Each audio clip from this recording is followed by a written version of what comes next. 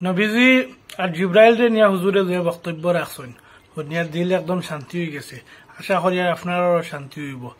ভিডিওটা দেখুন আর হুনিয়া যদি ভালো লাগে তো চ্যানেলটা সাবস্ক্রাইব করিয়া যাইবা। Thank you. মুহাম্মদুর রাসূলুল্লাহ সাল্লাল্লাহু আলাইহি ওয়াসাল্লামকে একজন জিজ্ঞেস করেছেন, হুজুর আপনি নবী হইলেন কবে? রাসূল বলেছেন, কুনতু নাবিয়্যান ওয়াল আদামু বাইনাল মা'i ওয়াত তিন। আমি তখনও নবী ছিলাম যখন আদম আলাইহিস সালাম পানি আর মাটিতে মিশ্রিত অবস্থায় ছিল। জিবরাইল আমিন এসে একদিন রাসূলকে জিজ্ঞেস করতেছেন, হুজুর আপনার বয়স কত? রাসূলুল্লাহ সাল্লাল্লাহু আলাইহি ওয়াসাল্লাম জিবরাইলকে জিজ্ঞেস করতেছে, জিবরাইল আমার বয়স পরে বলবো, আগে বলো তোমার বয়স কত? আগে বলো তোমার বয়স কত? জিবরাইল আমিন হুজুর আমার ডেট অফ বার্থ জানা নাই। বুঝেন নাই? ডেট অফ বার্থ আমার জানা নাই, তবে একটা ঘটনা যদি আপনার কাছে বলি, এটা দিয়ে হিসাব করে আপনি আমার বয়স কত এটা বের করতে পারবেন। আপনারা কাহিল হয়ে গেছেন মনে হয়, কথা শুনতেছেন?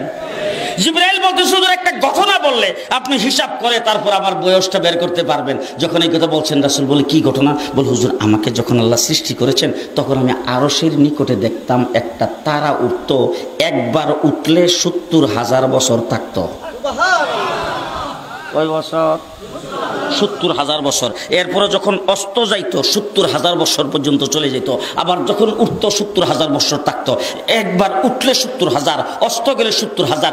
এইভাবে তারাটা উঠতে আর অস্ত যাইতে আমি ৭২,০০০ বার দেখছি।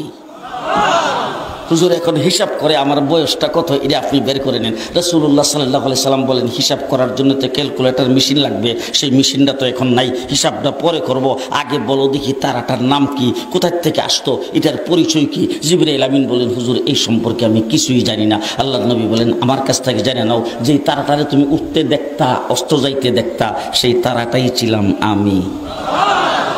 এখন তুমি হিসাব করে বের করো আমার বয়স কত। রাসূল বলছেন, আউয়ালু মা খালাকাল্লাহু নূরি, আর এক রাওয়ায়াতে বলছেন আউয়ালু মা খালাকাল্লাহু রূহি। আল্লাহ পাক সর্বপ্রথম আমার নূরকে তৈরি করেছেন।